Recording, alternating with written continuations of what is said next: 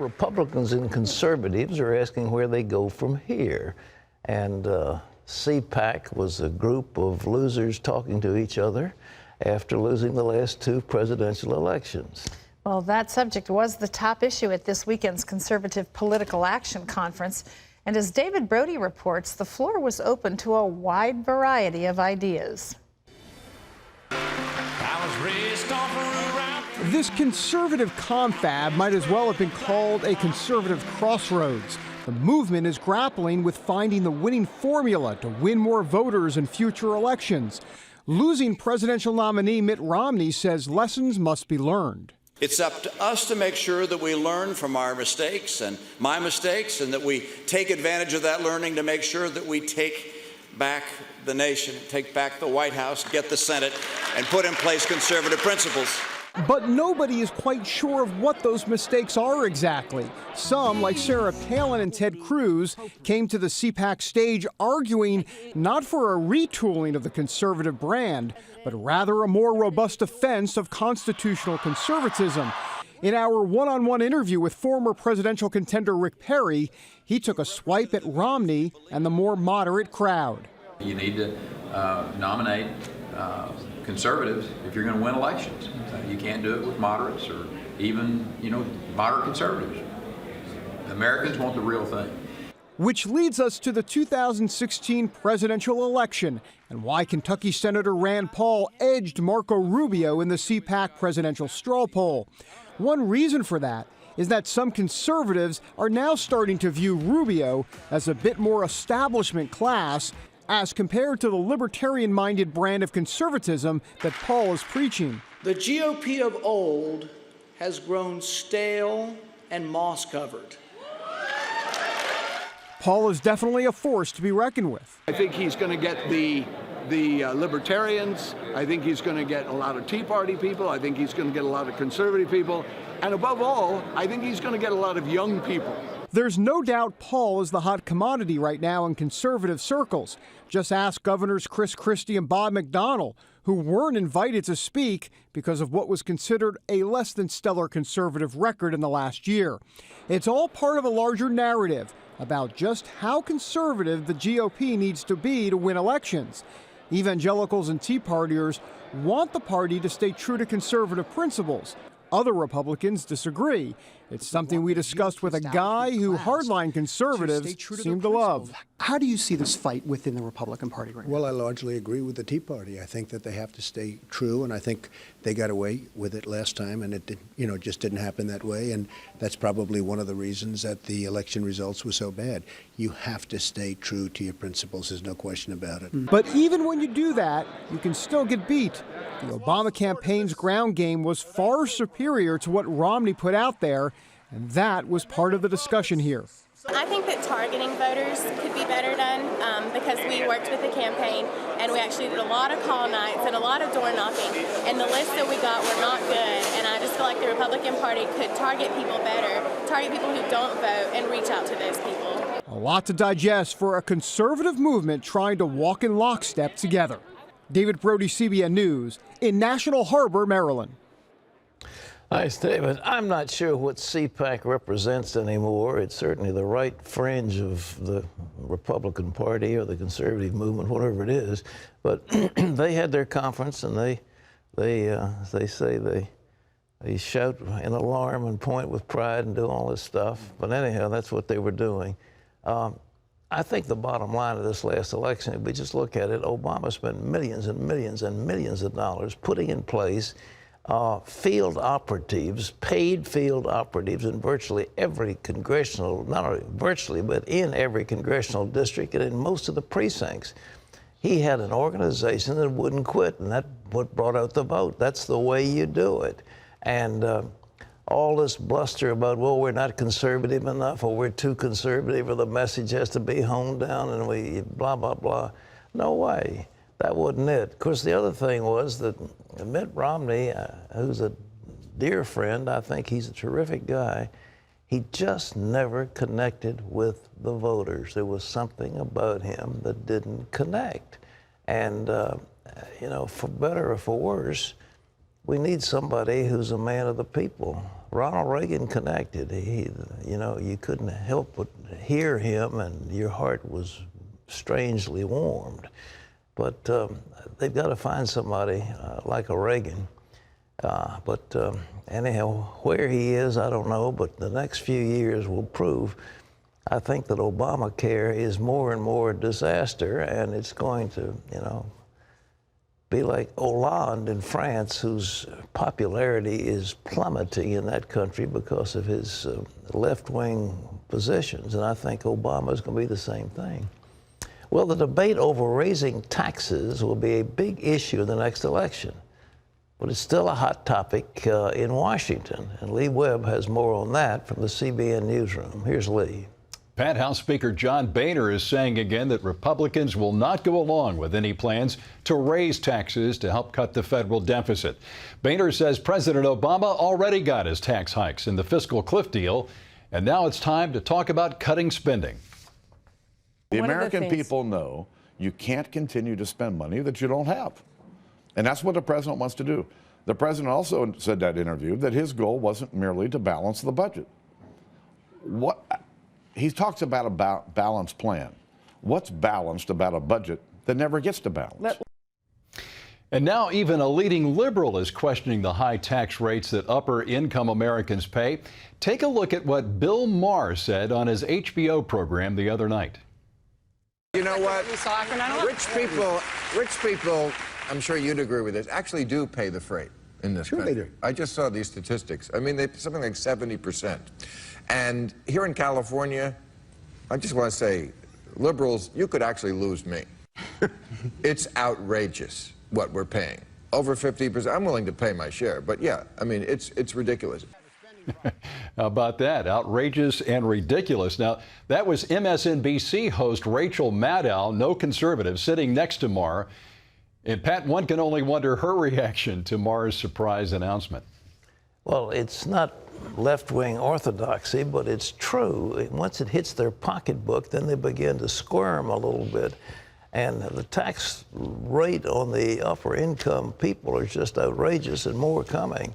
And we're going to be talking a little bit later about what they're trying to do in Cyprus, which is another way of confiscating the wealth of those who have it, to give to those who are profligate. You know, it's unbelievable that Obama will not talk about it. There was an op-ed piece in the Wall Street Journal today by somebody who's a lifelong Democrat who said, look, in the old days, we had presidents who would reach out to the other party because they realized there need to be a national consensus on these major issues. And when they got the consensus, then their policies remained in place. But Obama jammed through a health care bill that is absolutely crazy, and now the attacks on it are just mounting with ferocity the more and more people realize how bad it is. And he had, again, a commission. The Simpson-Bowles was a bipartisan. Simpson's a Republican, Bowles a Democrat. The two get together and come up with a brilliant plan. Obama apparently didn't even read it, didn't discuss it, didn't bring it up, and it was his commission. Lee? Pat, President Obama's nominee for Secretary of Labor could face tough opposition from Senate Republicans in his confirmation hearing. Thomas Perez is the head of the Justice Department's Civil Rights Division. Republicans have serious questions about his record on civil rights, immigration, and his challenges of voting rights laws. Some conservatives say Perez has been guided too much by his liberal political views, and they claim he didn't tell the whole story in his testimony 2 years ago about an important case involving the new Black Panther Party. They were charged with intimidating some voters. Congress is looking into the international persecution of religious believers, and they heard from the wife of Iranian-American pastor Saeed Abedini about his imprisonment in Iran. John Jessup has that story from Capitol Hill. Our family nightmare began in September of 2012.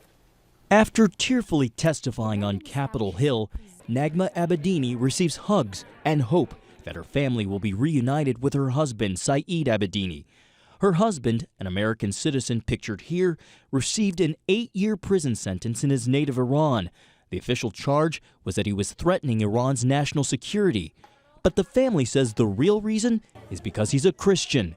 Pastor Saeed was taken into custody last July while in Iran building an orphanage. Nagma told the crowded room how difficult it was to explain why he suddenly lost contact with her and their 2 children, Rebecca, 6, and Jacob, who just turned 5 over the weekend. We didn't know where he was for a week. They kept coming to the computer and saying, "Mommy, can we see Daddy? Can we hear his voice?" And I kept saying, "No, we can't." You know, I couldn't explain to them why, that he was physically taken to prison. And finally, they kept saying, "Does Daddy not love us anymore? Does Daddy not want to hear our voice anymore?" And I had to tell them that he was in prison because he loved Jesus. The hearing highlighted the plight of religious minorities in Iran, especially for Baha'i and Christian converts. Many are arrested, detained, or executed. In Pastor Saeed's case, his attorneys say his 8-year sentence amounts to death. Family in Iran say he's been tortured, beaten, and is now bleeding internally. Last week, the United Nations Human Rights Council called on Iran to release prisoners of conscience, mentioning Pastor Saeed by name. Meanwhile, his supporters say the State Department and White House have been mostly silent. The president should be naming names. Ronald Reagan did that. He talked about specific names. He risked superpower confrontation when he spoke about Sharansky. Abedini's attorneys think the administration's silence is a result of political sensitivities. I do believe that because he's a convert and left Islam, that has complicated the government's reaction. I think if he was a political opponent of the regime, that they would be much more outspoken. Lawmakers and human rights advocates want the administration to do more and be a forceful voice for religious freedoms throughout the world. And many on Capitol Hill are doing their part, not just by holding hearings, but by introducing legislation. One such bill being reintroduced would create a special position at the State Department charged with defending religious minorities in the Middle East and South Central Asia. It passed in the House but was blocked in the Senate. Nagma is disappointed in the lack of response from the White House and State Department, but says she won't give up. Through it all, she says, she and her 2 kids have grown stronger in their faith through the support and prayers of fellow believers. We thought it would, the kids, our worry was that they might resent Christ or their Christian faith because it has taken Daddy away, but they've grown, they worship, they pray every night, and now they're proud that he's in prison because he loves Jesus, because they love him so very much also. John Jessup, CBN News, Capitol Hill. Amazing testimony. The State Department does say that it hopes Iran releases Pastor Abedini and another American as a goodwill gesture for the Persian New Year, Pat.